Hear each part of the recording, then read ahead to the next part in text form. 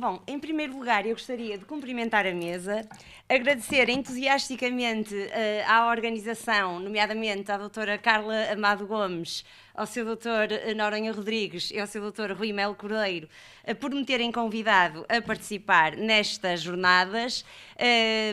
Têm-me recebido magnificamente e é de facto para mim um grande gosto, não o escondo, estar aqui na região autónoma dos Açores, porque grande parte do meu crescimento científico à região se deve à sua, de facto, inigualável biodiversidade marinha e também tenho a agradecer publicamente todo o apoio e colaboração que me tem sido dados, quer por parte do Sr. Diretor Regional para os Assuntos do Mar e também pelo Dr. Ricardo Serrão Santos e outros investigadores do Departamento de Oceanografia e Pescas da Universidade dos Açores.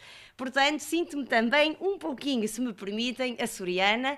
Quero dizer também que aquele prémio Gerard Mangone dedico a Portugal e aos Açores, porque ele foi recebido no âmbito de um artigo que eu escrevi sobre o campo hidrotermal Rainbow. E, portanto, é um prémio que eu partilho com a região também. Começando, porque o tempo urge, de facto, eu vou falar sobre o instrumento das áreas marinhas protegidas, muito rapidamente, porque o tempo é tirano. Quero só dizer que há vários conceitos de áreas marinhas protegidas, mas aquele que tem conduzido as nossas discussões hoje e que orientará também a minha apresentação é um conceito restrito de área marinha protegida. Porque, de facto, no elemento físico só podemos entender por área marinha protegida aquela cuja componente marinha seja predominante, e neste caso refiro-me sobretudo às áreas protegidas costeiras que têm quer um componente terrestre, quer um componente marinho. Depois, quanto ao elemento teleológico, também temos privilegiado as áreas que têm por objeto principal a proteção da biodiversidade, o que significa que há áreas como as zonas marinhas particularmente sensíveis da Organização Marítima Internacional que procuram essencialmente prevenir danos que afetem o meio abiótico e não propriamente o meio biótico.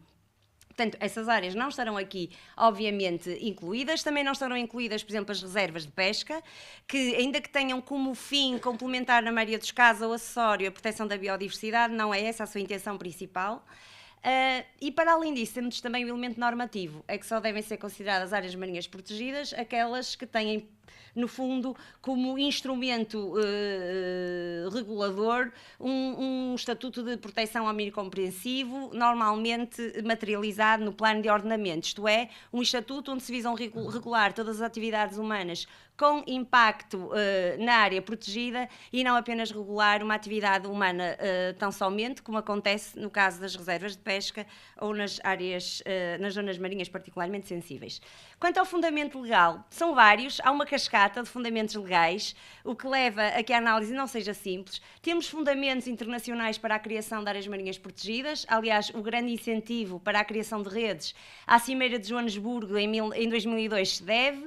Temos vários instrumentos europeus, nomeadamente aqueles que regem a Rede Natura 2000, também agora um instrumento mais amplo, constante da Diretiva Quadro relativa à estratégia marinha, e depois temos vários fundamentos nacionais, desde a Constituição, como lei fundamental, passando agora, no caso concreto dos Açores, ao Decreto Legislativo 15 de 2007, que nos dá o enquadramento principal da rede regional de áreas marinhas protegidas.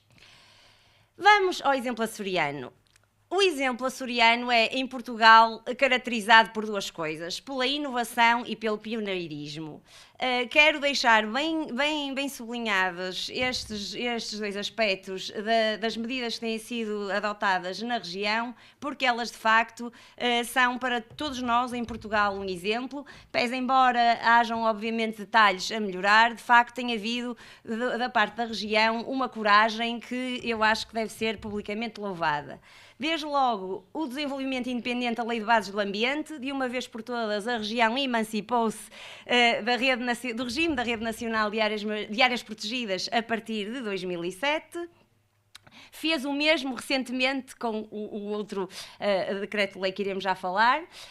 Outra inovação que o seu diretor já referiu é o facto desta legislação ter em conta, de facto, não só a diferença dos ecossistemas, o diferente quadro jurídico que resulta da lei, portanto, da Convenção das Nações Unidas sobre o Direito do Mar e as próprias diferentes abordagens de gestão que têm que ser consideradas quando se trata do meio marinho, e tendo em conta estes vários fatores e outros que já foram aqui referidos, há realmente uma distinção entre as áreas marinhas protegidas dos parques naturais de ilha, onde aquele elemento físico poderá ter alguma importância, que estão regulados por vários diplomas de 2008 e 2011, portanto é um por ilha, obviamente, e depois um diploma para o Parque Marinho dos Açores, recentemente aprovado, portanto no final do ano passado, e que, portanto, engloba, de facto, os ecossistemas para lá das 12 milhas náuticas e que se estende até aos limites exteriores da plataforma continental. Por fim, também uma inovação recentíssima que já foi aqui objeto de uma intervenção autónoma, o recente regime de acesso e utilização dos recursos naturais para fins científicos, que do ponto de vista marinho é também extraordinariamente importante, porque o aspecto da interpretação do regime da investigação científica no âmbito da Convenção das Nações Unidas sobre o Direito do Mar não é muito claro. O protocolo de Nagoya vem de facto no sentido de uma interpretação generosa do conceito de investigação científica marinha, no sentido de abranger não apenas a investigação pura, mas também a investigação aplicada, que se liga mais, por exemplo, à bioprospecção e à atividade da biotecnologia. E, por conseguinte, de facto é louvável que mesmo Portugal assinou o protocolo de Nagoya em setembro passado, mas o que é facto é que o protocolo só entrará em vigor para todos os países, não apenas em Portugal, quando reunidas 50 ratificações, e até ao momento ainda não houve nenhuma ratificação, há apenas 92 assinaturas do protocolo, e não deixa de ser interessante que a região se tenha antecipado em relação ao Portugal, em relação à própria vigência do protocolo, mas que de facto é importante, nomeadamente na ótica do acesso aos recursos marinhos, fundamentalmente àquela riqueza que nós encontramos nos campos hidrotermais e que o tempo não me permite aqui desenvolver. Continuando com o exemplo açoriano, para além da inovação, temos o pioneirismo, e é o pioneirismo em Portugal, obviamente fruto do contexto particular da região, mas também é um pioneirismo celebrado internacionalmente. Portugal, de facto, tem dado o exemplo e mostrado o caminho no mundo. E não foi por acaso que aquele prémio veio. Aquele prémio não é só meu. Aquele prémio é, de facto, também da região e de todo o conjunto de investigação que tem aqui sido feita, e também, de facto, é também um prémio que devemos aos nossos políticos pelo facto de terem levado tão longe estas medidas de proteção dos ecossistemas offshore. No âmbito da Convenção OSPAR, o exemplo português tem sido repetidas vezes referido, e não é só por causa das áreas além das 200 milhas náuticas, é também em virtude da proteção dos ecossistemas offshore.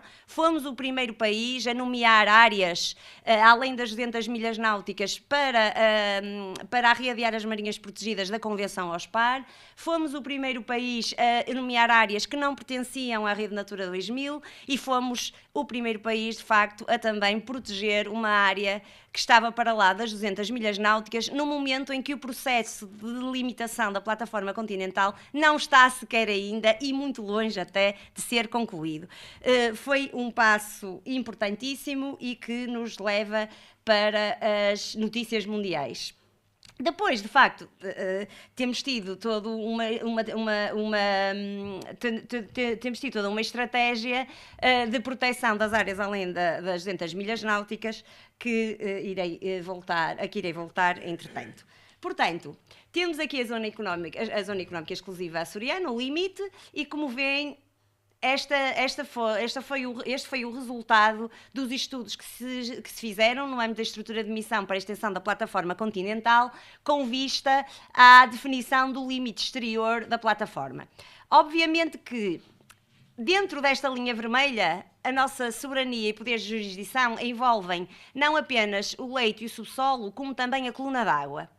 Da linha vermelha para a linha preta, portanto, para lá das 200 milhas náuticas e até ao limite exterior da nossa plataforma continental, de facto, a soberania e os poderes de jurisdição de Portugal só se referem aos recursos não vivos e aos recursos vivos sedentários do solo e subsolo. A coluna d'água pertence ao regime internacional. É preciso, de facto, perceber isto. Neste seguimento, nomeamos fora das 200 milhas náuticas, como já foi aqui referido, estas três estruturas de montes submarinos e aqui, mais ou menos, o campo Rainbow, que é um campo hidrotermal. Para continuarmos muito rapidamente, obviamente que tudo isto nos traz muita vaidade, nos traz muito orgulho, mas o desafio da operacionalização de tudo isto é enorme, do ponto de vista jurídico, do ponto de vista diplomático, porque, ao contrário do meio terrestre, no mar o Estado não tem uma soberania absoluta, longe disso, e à medida que nos distanciamos da costa, o poder do Estado vai diminuindo. No espaço marítimo são muito diferentes os poderes de regulação. No mar territorial, obviamente, que o Estado tem muitos mais meios de impedir o desenvolvimento de atividades para proteção destes ecossistemas do que o tem, por exemplo, na Zona Económica Exclusiva e na Plataforma Continental. Não tenho tempo para desenvolver isto, infelizmente. E depois, não bastando, também os poderes de fiscalização e sanção estão distribuídos pelo Estado costeiro, pelo Estado bandeira e pelo Estado porto. Para irmos rapidamente ao regime do Parque Marinho dos Açores, que é o último ponto que aqui me traz, e não querendo fazer aquele papel antipático de, no meio de tudo que foi feito de tão bom, eu venho aqui apontar aqueles defeitinhos de quem é um bocadinho irritante. Não, a ideia não é essa, a ideia é fazer ainda ir mais longe e, portanto, a ideia é fazer uma crítica construtiva, porque, de facto, acho que a região pode ainda dar passos mais adiante.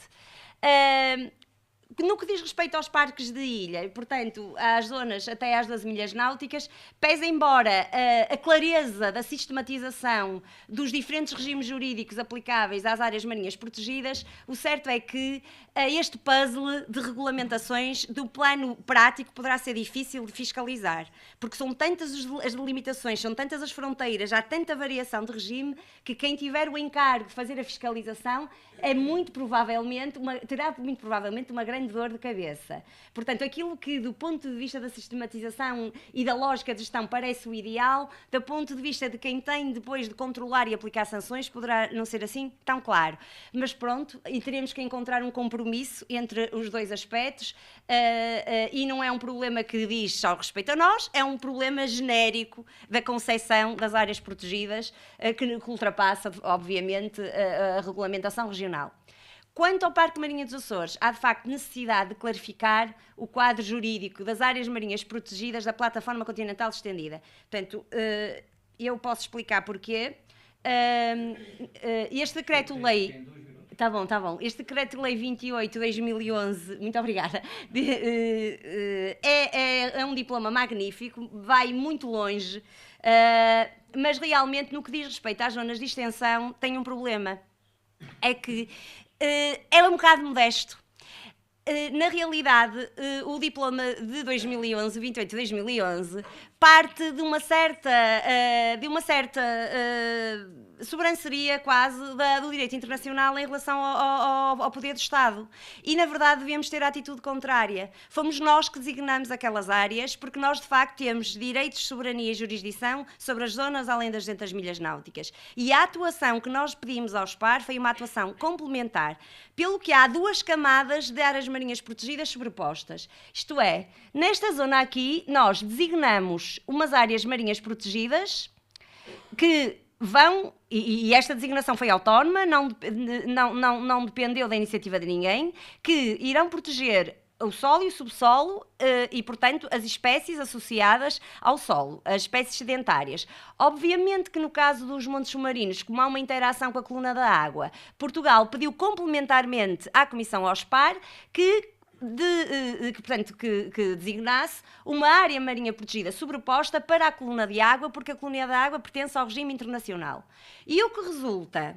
do Decreto Legislativo Regional 28/2011 não está muito claro, dá a ideia que o regime que nós estabelecermos vai ser subsidiário daquele que for estabelecido para a coluna da água. Ora, é precisamente ao contrário. A ideia da negociação foi, nós criamos as áreas na zona plataforma continental estendida e será a Comissão OSPAR, em colaboração, obviamente, com Portugal, a definir uma proteção para a coluna de água que seja complementar da nossa. Não é a nossa que é complementar da coluna de água, pelo que está-se muito a tempo de se clarificar. O Plano de Ordenamento de Espaço Marinho está ainda por publicar, não sei se já está em fase de apreciação. E vou terminar com o último diapositivo, fazendo algumas propostas de clarificação. Não são as decisões e recomendações ao OSPAR citadas no Decreto-Lei que dão existência jurídica às áreas marinhas protegidas nomeadas por Portugal. Aquelas decisões e recomendações citadas neste diploma concorrem única e exclusivamente para a criação de áreas marinhas protegidas na coluna de água. Portanto, como eu disse, essas áreas são sobrepostas e complementares às que Portugal nomeou relativas à plataforma continental. Segundo esclarecimento, as áreas marinhas protegidas OSPAR, que no diploma vêm referidas como áreas marinhas protegidas oceânicas, juridicamente, para sermos mais rigorosos do ponto de vista do direito do mar, era preferível que se referissem a alto mar, que o alto mar, sim, é um espaço jurídico do ponto de vista do direito do mar. Oceânico não tem expressão. Oceânico ainda corre o risco de ser pouco rigoroso porque envolve o alto mar e também o solo e subsolo. Portanto, são complementares das áreas protegidas nomeadas por Portugal. E, por fim, Portugal tem ainda poderes para ir mais longe na proteção das áreas marinhas protegidas da plataforma continental estendida, porque, de facto, a Comissão OSPAR, no que diz respeito à regulação das atividades na coluna de água, está muito limitada. E tem limitações que Portugal não sofre quanto ao solo e subsolo. Pelo que, quanto ao solo e subsolo, nós não precisamos de estar ali restringidos pelo espartilho em que está a Comissão OSPAR. Podemos controlar quase toda a investigação científica que se faz no solo e subsolo, podemos controlar a colocação de cabos e dutos, aliás, temos poderes exclusivos da exploração dos recursos não vivos, poderes exclusivos da exploração dos recursos vivos sedentários e, portanto, no Plano de Ordenamento de Espaço Marinho, eu sugeria, se me permitem o atrevimento, clarificar que, de facto, Portugal, neste aspecto, pode ainda ir mais longe do que aquilo que parece resultar do diploma. E pronto, este é um exemplo em que Portugal foi longe para regular a pesca aqui na zona dos Açores. Era um diploma que visava proteger corais de profundidade, mas que acabou por se alargar e proteger também outros ecossistemas. Abrange, nomeadamente, aqui o Rainbow, abrange o Monte Cédulo, não abrange aquelas áreas ali. Aquelas áreas ali estão protegidas no âmbito da convenção, de uma outra convenção, que é a NEAF, que falaremos depois se quiserem, numa outra altura. Muito obrigada pela vossa atenção. Desculpem toda esta pressa, mas realmente é a tirania do tempo e agradeço à mesa que mesmo assim foi condescendente.